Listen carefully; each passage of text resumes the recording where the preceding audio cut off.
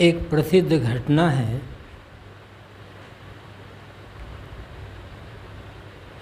अनेक बार इस घटना को कहा गया है, उदाहरण को आपने सुना है, फिर से याद करना है।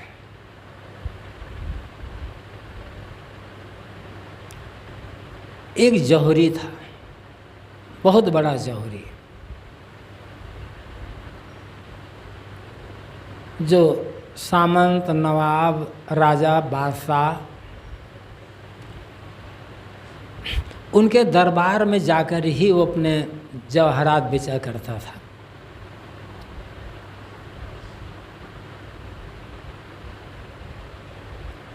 एक बार अपने जवाहरात बेचने के लिए वो जौहरी एक बादशाह के यहाँ गया था। बादशाह को जब फुर्सत मिलती थी राज का डाडी से, तब वो और उनके बेगमें सब आकर के जवाहरात खरीदते थे। गए तो थे, लेकिन बादशाह की ओर से उन्हें जवाहरात लाने के लिए आमंत्रण नहीं मिला था। तो जौहरी वहाँ के जो वजीर थे उनके घर रुका करते थे, क्योंकि उनसे उस वजीर से जौहरी की मित्रता थी, तो वहीं रुके थे। एक दिन सुबह वजीर और जौहरी घोड़े पर सवार होकर पास में एक जंगल जैसा था, वो उधर घूमने के लिए निकले। जब जंगल के अंदर गए दोनों, तो जौहरी ने देखा कि जंगल के बीच एक मैदान सरीखे है, उसमें एक शामियाना तना हुआ है। शामियाना सोने के तार लगे हुए कपड़े के साथ, सुनहरा शामियाना। उसके नीचे एक कब्र बनी हुई थी। कब्र भी सोने के तार से जड़े हुए कपड़े से ढकी हुई थी, बहुत कीमती कपड़े, और बड़ी साफ सफाई, धूप और नैवेद्य और अनेक प्रकार सुगंधित द्रव्य वहाँ जल रहे थे। वातावरण सुगंध से भरा हुआ था। जंगल के बीच कब्र देखकर, वहाँ की सफाई देख कर के, तैयारी देखकर जौहरी को आश्चर्य हुआ कि शहर से दूर जंगल के बीच में ऐसी कब्र, उस पर इतनी कीमती चादर ढकी हुई है, उसके ऊपर कीमती शामियाना लगा हुआ है, सुगंधित द्रव्य जलाए जा रहे हैं। पूछा, ये क्या बात है, ये किसकी कब्र है, क्यों इतनी साफ सफाई यहाँ पर है? तो जौहरी ने कहा, बात सुनकर वजीर ने कहा, थोड़ा रुको, अभी कुछ देर पश्चात सब पता चल जाएगा। चलो दूर थोड़ा चलो, घोड़ा को कहीं बांध देते हैं और एक झुरमुट में बैठ करके देखना कि यहाँ क्या होता है। दूर चले गए, घोड़ा को बांध कर आए, एक कब्र से थोड़ी दूर एक झुरमुट में छिप करके बैठ गए, जहाँ से वहाँ की गतिविधि साफ दिखाई पड़े, लेकिन इन लोगों को कोई देख ना सके। थोड़ी देर बाद जौहरी देखता है 16-18 साल की सुंदरी युवतियाँ, जो चुनी हुई युवतियाँ, अत्यंत सुंदर रूपवती, सब प्रकार का श्रृंगार करके आती है। वह सुंदरियों का एक दल आता है। वह सुंदरियाँ उस कब्र की परिक्रमा करती है, सिर झुकाकर प्रणाम करती है और आंसू बहाते रोते हुए वहाँ से चली जाती है। जब सुंदरियों का दल गया तो उसके पश्चात वहाँ के जो चुने हुए विद्वान थे कई विषयों के, उन विद्वानों का दल आया और विद्वान भी उस कब्र की परिक्रमा किए, सिर झुकाए, आंसू बहाते, पश्चाताप करते हुए वहाँ से चले गए। फिर थोड़ी देर पश्चात उस राज्य, उस देश के चुने हुए वैद्य हकीम जो बहुत माहिर थे, जिनकी प्रसिद्धि दूर दूर तक फैली थी, उन वैद्यों और हकीमों का दल आया। वो भी वैसे इस कब्र की परिक्रमा किए, प्रणाम किए, सिर झुकाए, आंसू बहाते, पश्चाताप करते हुए वैद्यों हकीमों का भी दल चला गया।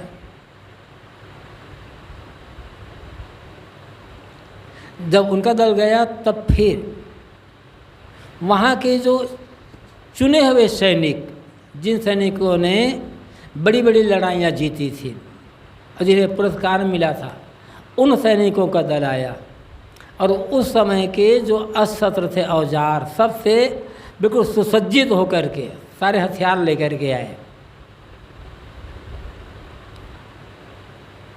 सैनिकों का दल भी उस कब्र की परिक्रमा किए, सिर झुकाए, आंसू बहाए, रोते चले गए। और तब अंत में आए बूढ़ा बादशाह और उनकी बेगम। वो दोनों भी उस कब्र की परिक्रमा किए, वहीं बैठ गए, बहुत देर तक रोते रहे, आंसू बहाते रहे। तब चले गए, सब सुनसान हो गया, तो जौहरी और वजीर दोनों बाहर निकले। जौहरी ने पूछा, बड़ा आश्चर्य है कि जो भी आए कब्र की परिक्रमा किए, प्रणाम किए, सिर झुकाए, आंसू बहाते चले गए, क्या बात है, ये किसकी कब्र है? और लोग क्यों ऐसे परिक्रमा करते हैं, आंसू बहाते चले जाते हैं? तो वजीर ने कहा, ये जो कब्र है हमारे बादशाह के इकलौते शहजादे की कब्र है। शहजादा बड़ा योग्य, बड़ा कुशल, उसमें शहजादा होने का घमंड बिल्कुल नहीं था, बहुत मिलनसार और बहुत न्यायप्रिय, जनता के दुख दर्द को समझने वाला, उसकी सहायता करने वाला।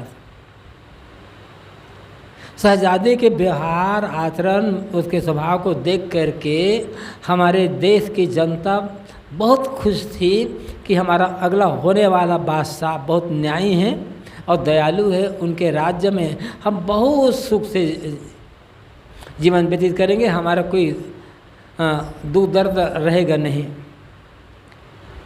लेकिन शहजादा एकाएक बीमार पड़ा। दूर दूर से वैद्य हकीम आया, दूर दूर से दवाइयाँ वगैरह, जितने जैसा कहा वैसा इलाज करवाया गया, लेकिन शहजादा को बचाया नहीं जा सका। मौत हो गई, इकलौता शहजादा था, मौत हो गई। और आज ही के दिन शहजादे की मृत्यु हुई थी। अभी आपने जो देखा ये प्रक्रिया हर साल जैसे दोहराई जाती है। तो जौहरी ने पूछा, आखिर क्यों लोग आते हैं, परिक्रमा करते, चलो बात समझ आती है, प्रणाम करते हैं, रोते हुए क्यों चले जाते हैं, आखिर कारण क्या है? ये लोग कहना क्या चाहते हैं? तब वजीर ने कहा, चुनी हुई सुंदरियों का दल आया था। वह दल पर सुंदरियाँ कब्र की परिक्रमा करके सिर झुकाती है, आंसू बहाती कि शहजादा, मानो कहती है अंदर से कि शहजादा, यदि अपनी सुंदरता और जवानी को कुर्बान करके हम तुम्हें मौत के मुख से बचा पाते तो हम तैयार हैं अपनी जवानी और सुंदरता को कुर्बान करने के लिए। लेकिन शहजादा हमें क्षमा करना, हम लाचार हैं, मौत के आगे न हमारी जवानी काम आएगी न सुंदरता काम आएगी। जवानी और सुंदरता देकर किसी को मौत से बचाया नहीं जा सकता, इसलिए हम आपसे क्षमा मांगते हैं। ऐसा कहकर हमारी सुंदरियाँ चली जाती हैं। जो विद्वान हैं, बड़े बड़े पंडित ज्ञानी, उनका दल आता है तो वो भी मानो ये कहते हैं कि शहजादा यदि अपनी सारी विद्वता, सारा कला कौशल, सारा ज्ञान कुर्बान करने के पश्चात हम तुम्हारी रक्षा कर पाते, तुम्हें मौत के मुख से बचा सकते, तो हम सब कुछ कुर्बान करने को तैयार हैं।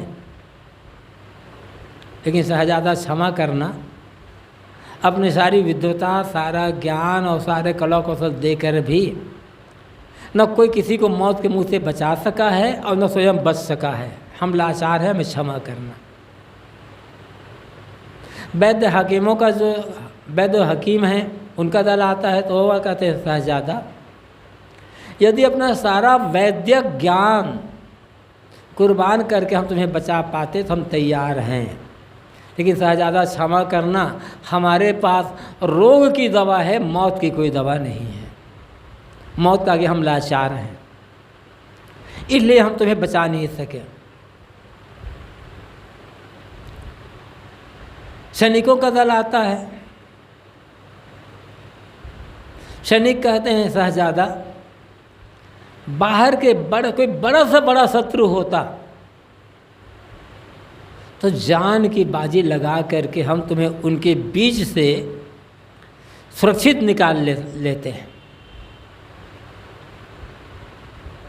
लेकिन शहजादा हमें क्षमा करना, हम लाचार हैं, मौत के आगे हमारी वीरता काम नहीं आएगी। हम मौत से नहीं लड़ सकते। बड़े से बड़े शत्रुओं से हम लड़ सकते हैं, लेकिन मौत से हम नहीं लड़ सकते। हम लाचार हैं, हम तुम्हें बचा नहीं सके।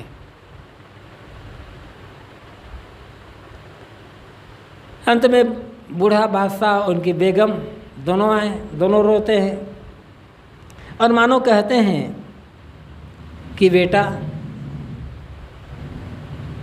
यदि अपनी पूरी बादशाहत कुर्बान करने के पश्चात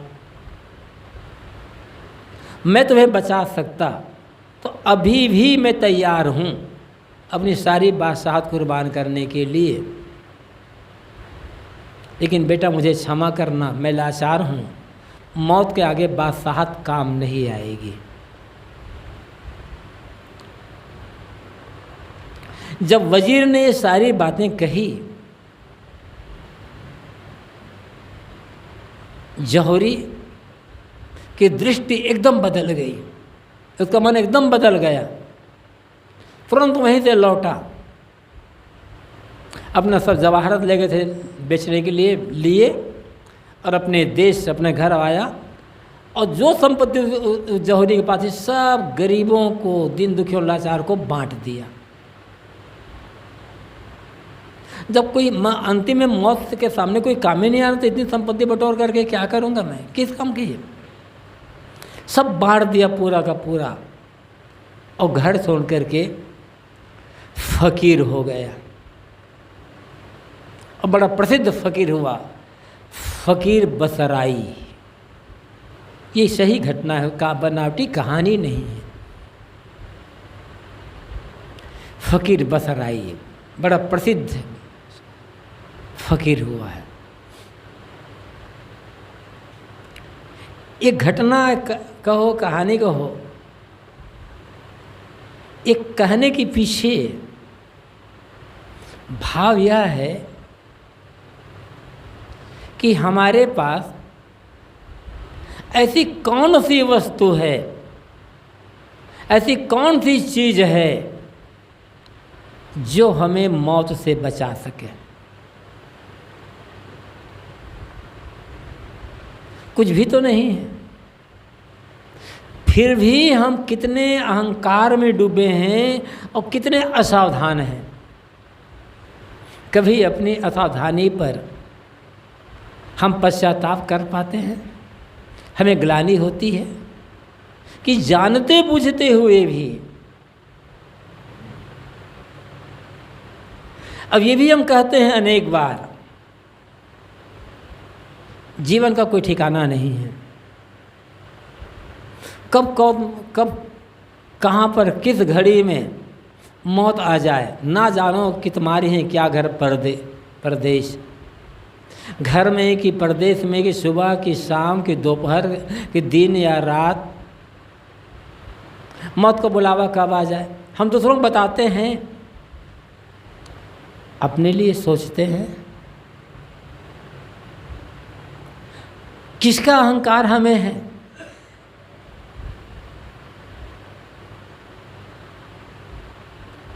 हम सदैव मौत को भुलाए होते हैं, मौत को भुलाए।